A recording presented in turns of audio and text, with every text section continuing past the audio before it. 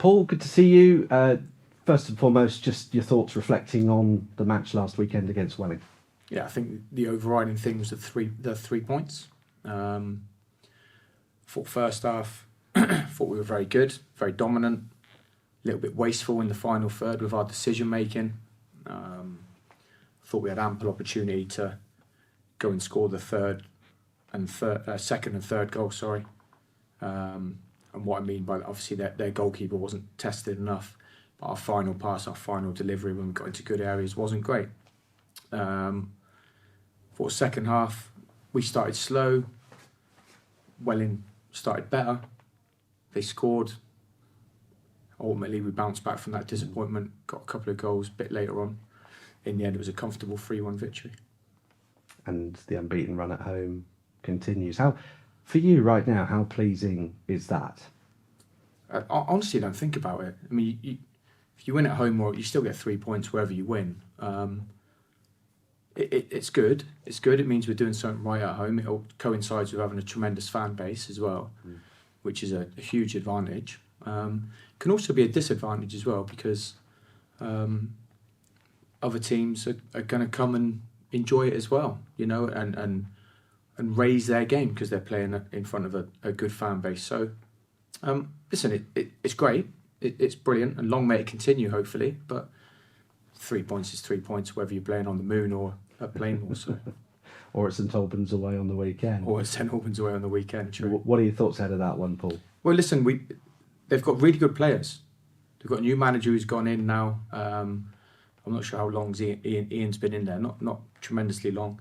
He's obviously setting his own personality and the way he wants to play into the team. It's going to be a tough game. It's irrelevant of where teams are in the league. It's a tough game of football. We want every team in the league to be respected, absolutely. And again, I think I've said it in every Thursday, we'll have to be at our best to get a result. You set the bar high, haven't you? So it's about maintaining that right now. Well, look, I think we're doing okay. We're doing okay. Boys are working hard. It's a tough game. We got 4 tough games coming up in 10 days. So it's a tough period. Lots of football to be played. Absolutely. Lots of points to be playing for. Absolutely. Just ask you a couple of questions. Matt Wotton, just tell me a little bit about his low move. Yeah, I think we spoke last week, didn't we? And I said he wasn't ready for it at the minute, but it came out of the blue. Torquay needed a goalkeeper. Matt's fully fit, clinically fit. He's been training with us for a couple of weeks anyway. It's a no-brainer for us to get down. He didn't get off to the best start, bless him. He got sent off after 18 minutes, but it's a no-brainer for him to go down there and play. Listen, he's only 19. He needs to play men's football, so that was the reasoning on that one. And Ben Seymour? Yeah, Ben needs to go out and play. He's found himself out of the squad of late. Any footballer wants to play football. So he's gone. Hopefully, he scores a lot of goals there and makes me take notice. And how's your side looking for the weekend and the trip to St Albans? Yeah, we're okay. We're training a minute. Relatively injury free, I think. Jay will take part in training tonight. He's getting closer though. He's getting closer. Moose has had a tight groin, but he'll train tonight. So now all good. Good luck for the weekend. Thank you very much. Rod Stringer said in the interview after the game on Saturday that he thought his team was absolutely outstanding in the second half. There was a feeling that they did have quite a good patch in that second half. How important is it to come back and win games like that when you've really got to grind it out in a way? It's important. Obviously, the disappointment of them scoring, at home, it's very easy to not stick to the process and not believe in what you're doing. But I thought we just responded great. I thought the crowd responded magnificently. I said that in my interview. I thought they raised us. What I will say, I'm struggling with. Listen, we weren't under the cosh. I'm not being disrespectful to anyone, but Hammy tipped a ball over the bar that's going over, and they scored a goal. So I don't, we didn't start well, by the way. Welling raised their game, but I didn't at any point think, it's we're under the cosh here. We just didn't play very well for the first 10, 15 minutes. So I'm not sure I agree with some of the comments after the game, but for us to come back and win was great. It was a game we needed to win. Jordan Dyer took a couple of very good chances. One sort of fairly conventional header from across, and the other goal he was in the right place at the right time, which you can't really teach, can you? No, he has got a knack of scoring from set pieces. Obviously, it was his first goals for Torquay on Saturday, other than pre-season, obviously. He attacks the ball very well. I was pleased for him. I think Jordan's in a good run of form.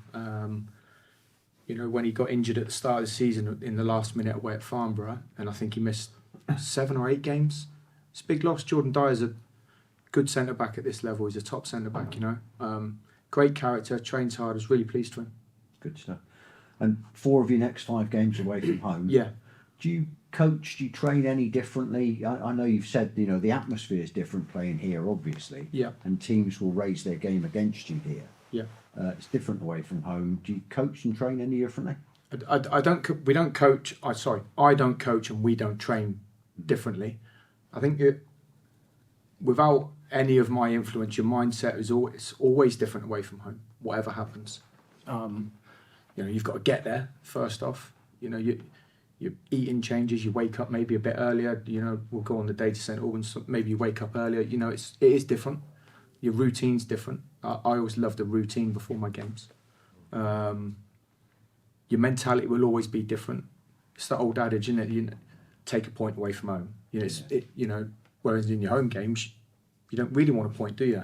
So it's different, but it's in football you play home or you play away, and it's worked out in the next 5 games, 4 of them away. So, like we talked about last week, you've got to the 50 points from 25 games, but I'm not going to mention it again. No. Yeah. Jack Wood, I'm sure he probably hasn't played as much as he would have hoped when he first came on loan. What's the latest situation on his loan situation? So we're currently trying to extend it. Right. I've been, I tried signing Jack in pre-season. He's a player I've known about for a while. He's a player I really like. In training, he's been magnificent. Unfortunately for Jack, he's come to the club at a time where results are going well and our wide men are playing well. Jack's fully prepared to wait for his chance. As I've just said then, we've got 4 games in the next 10 days. We've got a lot of games coming up. Jack will get his chance. I think every time he's come on, he's been positive. He's a great character. He fits into the group brilliantly. And he's a real top player as well. I think one of the things that people are sort of asking online, etc., is there room for another striker? What's the latest on that? Always looking. Yeah. Always looking at every position. We signed 4 strikers in pre-season. 3 of them are out on loan now for varying reasons. What I would say is at this stage in the season, compared to, probably got more attacking players in the squad now. Dylan, Youngie, Jack Wood, Moose, old class WJD as an attacking midfielder as well. We're short of options as in an out-and-out centre forward.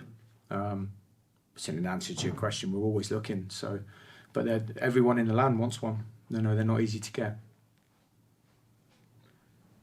Changes at Plymouth, obviously, you'll be really hoping, obviously, they can get themselves out of trouble. They found themselves a new manager. Is that changes there likely to have any effect on Torquay's relationship with them, do you think? No, I don't think so. I think it's we've got a good relationship with them. I still know the same people are still in at Plymouth who I deal with regarding loans. And hopefully get to meet the new manager one day. He's come in, seems a good guy, and seems very it seems a lot more like a Plymouth Argyle manager, seems grounded and prepared to work hard. So as you quite rightly say, hopefully it goes well for them and they get out of the trouble they're in. But as in for our relationship, the people I would speak to there, Clive, regarding any players anyway, are still there. So I'm sure that relationship will continue.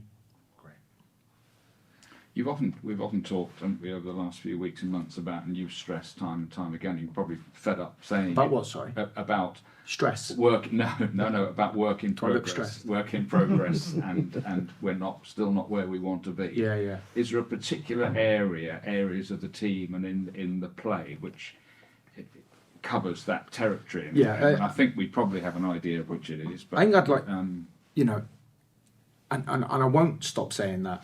No, because we're not.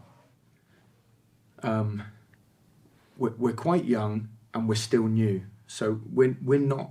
It's going to take a good while, and I don't think we'll get there this season. In fact, I know we won't.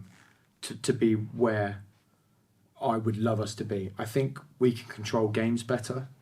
Our ball retention can be better at times, and we've got the fundamentals. At the moment, we're doing okay, so we're working hard. We're competing. We're physically as strong as anyone we've played against so far. So the fundamentals are there. Our mentality's been good. So we all want to play beautiful, free-flowing football, don't we? And go and score 4-5-0 every week. It's just not football. It's not realistic. It's not realistic at all.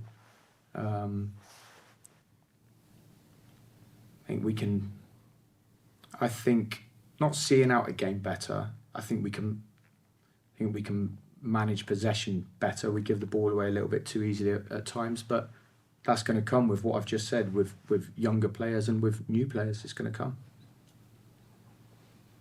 And everybody's been talking or wondering about whether we might be bringing anybody in the next week or two. Have there been any inquiries that you've had to bat away for any of our players? None. No. Simple answer to a simple question. No, there hasn't been yet. Listen, I'm sure people are watching. Yeah. You know, because again, like I said, we've got some good young players, haven't we? You know, and as it currently stands, we're top of the league. I would think most clubs would have scouts watching our games. I think they would, if they weren't, they would be doing something wrong. I think so. Cross that bridge when we come to it. But so far, it's not a problem you've had to deal with. No, not yet, Dave. No.